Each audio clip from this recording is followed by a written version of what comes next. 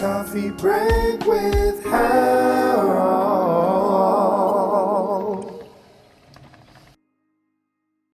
All right, my guest for today's episode of Coffee Break, ladies and gentlemen. Now, this lady is somebody that I've grown to know. You know, I remember when I first started my career, she was there. She saw it all. You know, we made mistakes together. We laughed together. We cried together. We boarded Cho together. Did all those crazy stuff together. And today, she's seated right here on our hot seat. NAA ASHORKOR MENSAH-DOKU. Hey! Welcome to the show. Charlie, thank you. Because of the Cho. Did we not Yes, Cho we together? did. From Circle to Fun Ice. From Circle to Fun Ice, or walked, from Fun Ice to Circle. We walked the rest of the way. And then you would jump on your Tinungwa extension. And then I'll just walk to Asalam down. Charlie. Yeah. This is how far the Lord has brought us. I know, but listen, how have you managed to come this far? Charlie Harold, I have no idea. Sometimes I don't believe how far I have come. And too many times I forget. You know, there are many times when I get messages in my inbox and I'm not sure what they're talking about. People text me and say, oh, no, I really appreciate this and that and that. And I'm like, oh, thank you. I honestly forget when I'm walking down the road that people might know or recognize me. I still do the things that I do. I mean, I came here with Wachi, didn't I? I still do the things I do, or the things I've always done as me. And so too often I forget where I am now. And I'm actually really grateful for that, because then it keeps me in check. So I'm not all in my head, you know, feeling cooler than I ought to. So I'm grateful for the ability to still, you know, be just that girl from Teshi who would take Cho and, you know, go to work, execute it perfectly, and go back to the cocoa line. I'm totally cool with that, and I hope I never forget. Wow, that's actually very interesting to know. Now, most people, you know, start off their career wanting to be famous. Others just start with a burning desire to, you know, just carry out their desire to be a creative. What was it for you in the beginning? You know, I think you just put it in perfect words. I did not start out looking to be famous. And I have not thought at any point that I am famous. And so, you know, in the beginning, the very first day I was on TV, I was with you. We were a new generation together. First day, day and one. I've always said it. And you know, you were this fresh mobile boy. And I was this girl from Binkum Secondary School. And I was hoping you don't ask me. Because you were just going on about how, you know, boys will not let you you sleep. From Infancy and there was another Infancy boy on the show that day. And I was just hoping you don't ask me. Would you say that made you marry an Infancy old boy? Charlie, because you settled with an Infancy old boy. We'll get into that later, but let's continue with your story. So from that day, I mean, if you remember, all of us were freaking out. We were very grateful for the opportunity. You know, you Harold, though, it wasn't such a big deal for you. You were very composed. You know, like, it's TV time. And me, I was like, what's going on here? Like, Charlie, you know, I mean, I had no makeup on. I had walked, you know, I think that day I walked from JIJ to police headquarters, took Cho to Circle, walked from Circle all the way to TV Africa, and used Fun Ice to cool my face. Wow. So I didn't even have makeup on. Like it wasn't about, okay, it's time to be famous. It was about, this is an amazing opportunity. Let me do great. So that's how it started for me. How did that new generation gig even come about? Charlie, it's something I'm not so proud of him, because, well, first of all, I was a guest on the show because every time TV Africa came over to GIJ to do Vox Pops, which they did very often, I was all about, how can I help you? Can I bring you people? I'm going to come in, don't worry, I'm going to bring them. So I go and find people to come and participate in the Vox Pop. People were generally shy of the camera. You know, people didn't want, what are they going to ask me? What if I, you know, that kind of thing. But, you know, I was the girl who would always be like, Newman, don't worry, I'll convince them. You go me, Baba.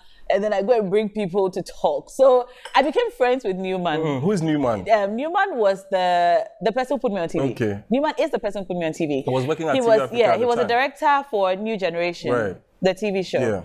So I used to see him often. And so we struck an acquaintance. So one day he needed in-studio guests, and then he asked if I wanted to come. I said, I have nothing to wear. I mean, my mother still bought my clothes for me then. And so you can imagine my clothes. I mean, I was wearing 3 sisters. So I went down the road to a tailor called Village And I had some tie and dye fabrics. I still wear tie and dye. Tie and dye. So, you know, I went to him and then he made me something very quickly.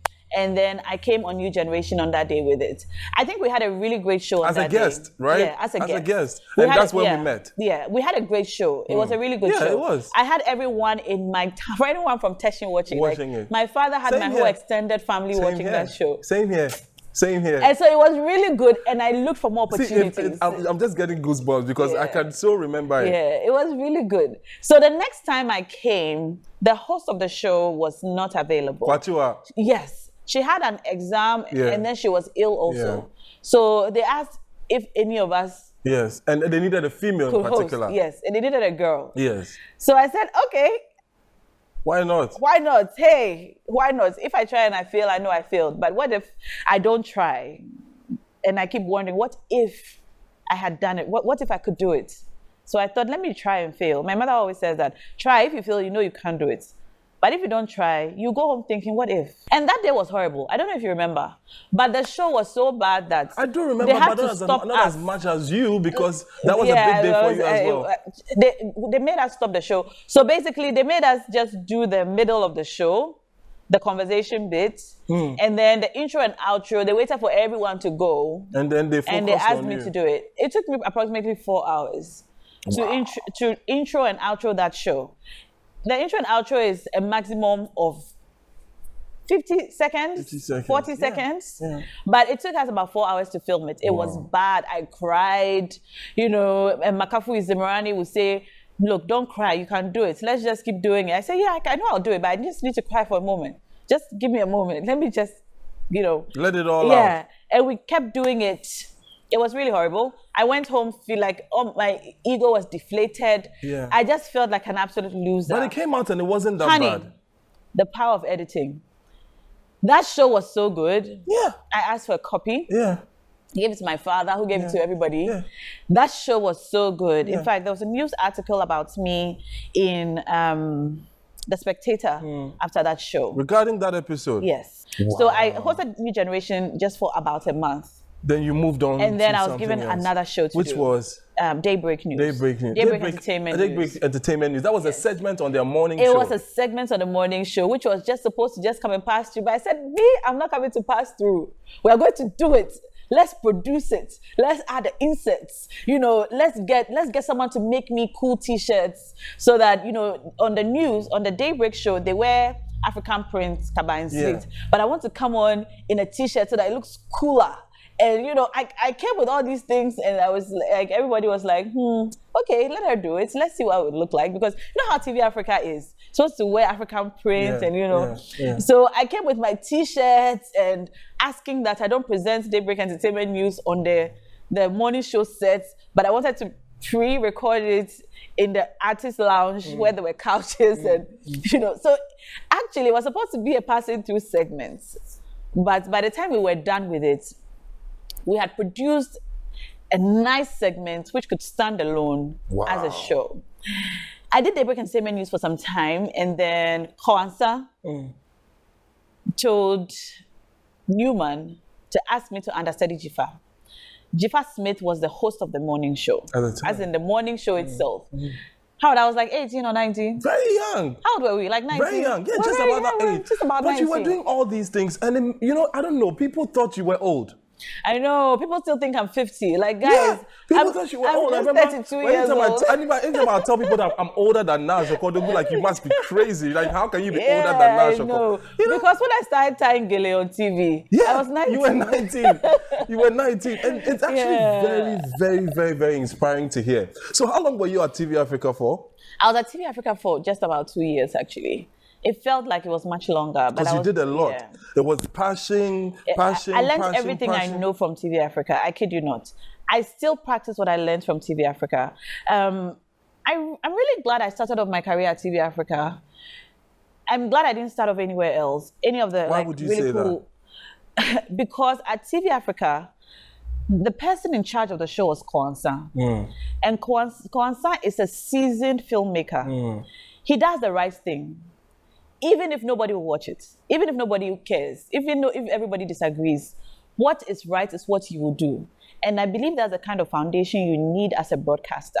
So Kwanzaa told me a couple of things. Like he'll say, now, when the cameras are rolling, as soon as we say action, you don't break character until we say cut.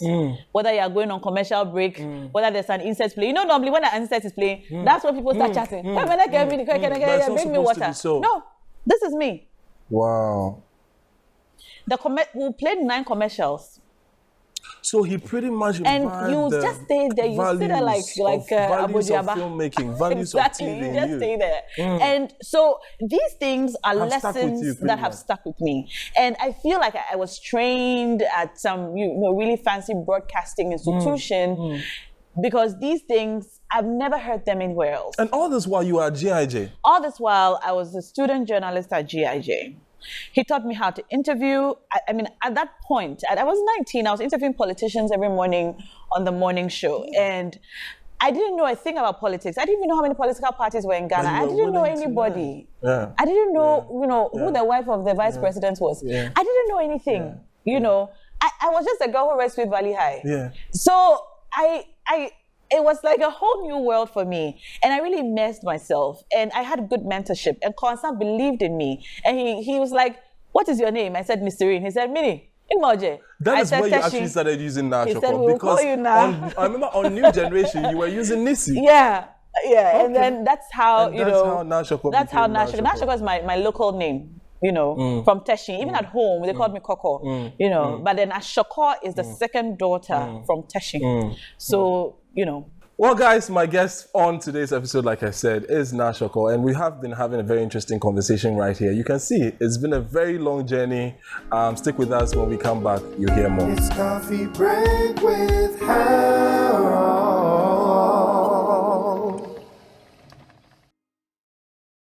Welcome back. Now, so tell me, I mean, all this has happened. Your career pretty much had been set. How is it a deliberate attempt? Because you have a very, very private life, right? Your non-professional life is very private. How is that with all the popularity you have? So I'm married. I have 2 sons. I have a 4-year-old and a 2-year-old. Have I shielded them, you said? Well, I don't know. I just like to keep what's mine. Is it because of other people's bad experiences, or it's just something that No, even before I became somewhat popular, I wasn't, I mean, Facebook, I remember getting on Facebook in university. I saw my friends always posting their boyfriends and stuff, but I just never felt like I wanted to do that. And not just my husband or my boyfriend back then or my children, but even my parents or my best friends or the people who are very close to me. I like to keep them close. You would never know who NAA ASHORKOR is dating. I mean, you would never know who she's hanging out with. I mean, even on your wedding day, you didn't post your husband.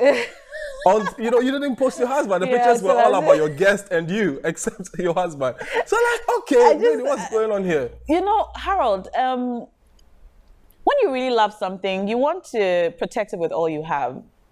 And in our world today, one sure way to keep the people who you love protected is to keep them away from the many people who can hurt them just because you posted a picture of them. I've seen beautiful pictures of babies and people come and write the meanest things. And then moms break down, right? A mother will break down if you said something about her child that she did not agree with. Mothers break down. I've seen this happen. A friend of mine posted these amazing pictures of her daughter, and then somebody came to write something crazy, and she was there responding, and they will respond, and she will respond, and I said, honey, take a break. Pick up your child. Look at her. Is what they said true? No. That's all that matters. Remove the photo. Focus on your baby. Forget it. It's very difficult nowadays, Harold, to just be yourself. And so while that is hard, if you share some of that with the world and it is met with a lot of things that you don't agree with, sometimes they're not even mean. Sometimes it's just something you don't agree with. Like someone says, oh, how come your baby is darker than you? And who is the father? Something, people say that. It will hurt you and break you. You don't need that. You really don't need that. On top of all the struggles that come with being a mother. Harold, being a mother is the most difficult thing I have ever had to do in my entire life, and I've done difficult things. Especially when you have boys. Look, trying to have a baby is hard. Being pregnant is hard. The birth process. Giving birth to the human being is hard. Breastfeeding is hard. Losing weight, if you want to lose weight after having a baby, is hard. Dressing up after having a baby is hard. Even your complexion becomes like 200 different shades of a different person. Stretch marks, flabby skin, wrinkles. It's a lot. Even a change in personality. And depression. especially if you have to be on camera with all that. It's a whole thing. So I would rather deal with it Privately. Yeah, and I think, well, we're all different. I mean, some people are happier, when, it's out there and everybody is happy for you. I can imagine how amazing that must be. But let's talk about your husband, Kabute. Kabute is someone who is a very private and very, very calm person. Yes. Naturally, aside the fact that you're hiding him from us. I have not. How did you meet him? I met him in school. I met him at GIJ. I think I met him on my second day at school. I was looking for a hostel. Okay. And he was part of student leadership then. So he and a few friends of his had put up some posters on campus. Oh, he was at GIJ too? Yeah, he was at GIJ. He was 4 years my senior, 3 years my senior. He was in final year when I came in. Okay. So they had put up posters with their phone numbers. Like, if you're looking for a hostel, call these numbers. So I called him. And that's how I met him. Okay. Yeah. And so you called him that you wanted a place. So my friend Akosia and I went to see him and his gang and his friends who had put up a poster about, come and call us and let's help you find a hostel. So we went to see him and then we became friends. So his friends, it was him, Malik, and another guy. And then there was Akosia, myself, and Selena. So we went to see them, and then they took us around to see some places in the neighborhood, and we became friends. So we started talking a lot, hanging out on campus. I mean, we were new, and they were student leadership. So experience, hardcore. They knew everything. They had all the notes, all the pamphlets, all the photocopies. Did you know he was the one right from that day? No, but I knew I wanted him to be my friend. What about him? He's really smart. Like, he's an advanced boy. What do you expect? You guys. So you knew. Okay, so you knew he wanted. Yeah, I just knew immediately that I would like to be friends with this person, and because he was really smart and cool. No giddy giddy, no basa basa, no hey. No, this is him. Like, this is his. Would you say there was some form of attraction, opposite attracting, because you are very energetic and very bubbly and all that?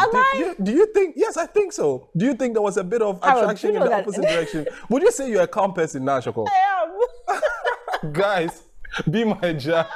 She said she's calm. Harold, you know I'm very quiet. You are not. Really? Well, not that I think. I am. But it's okay. Have you seen me in a crowded place? It's okay because that's what makes you who you are. I will love you for that. I'm in my head a lot. So when I'm with people, I'm in my head. If you don't talk to me, I can sit down for 5 hours without saying a word in a room full of people talking. If they don't speak to me, I'll be totally fine by myself. Guys, you know how we do it on Coffee Break? The show gets more interesting. Don't go nowhere. Coffee Break with Harold.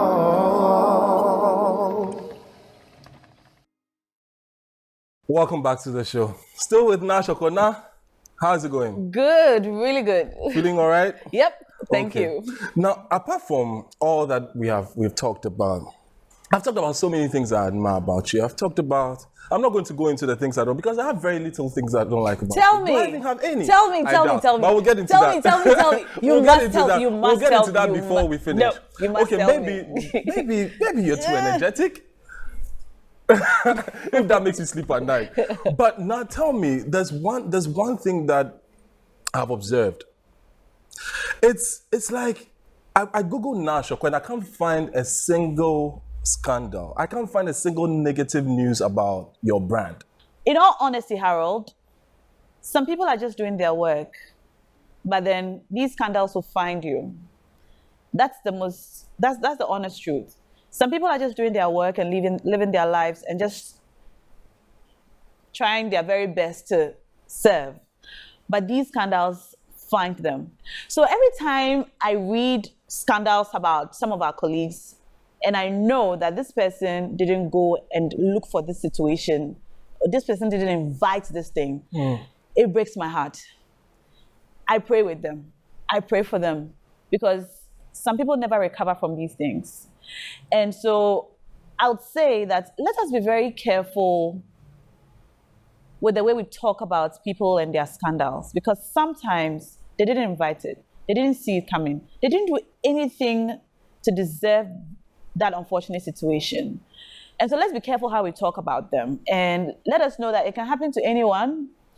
And the fact that it hasn't happened to you doesn't mean that you are perfect or you are, being careful. You can never be too careful. Anything Have you ever been close to coming to getting into a scandal? No, I haven't. And I can only be grateful to God for it.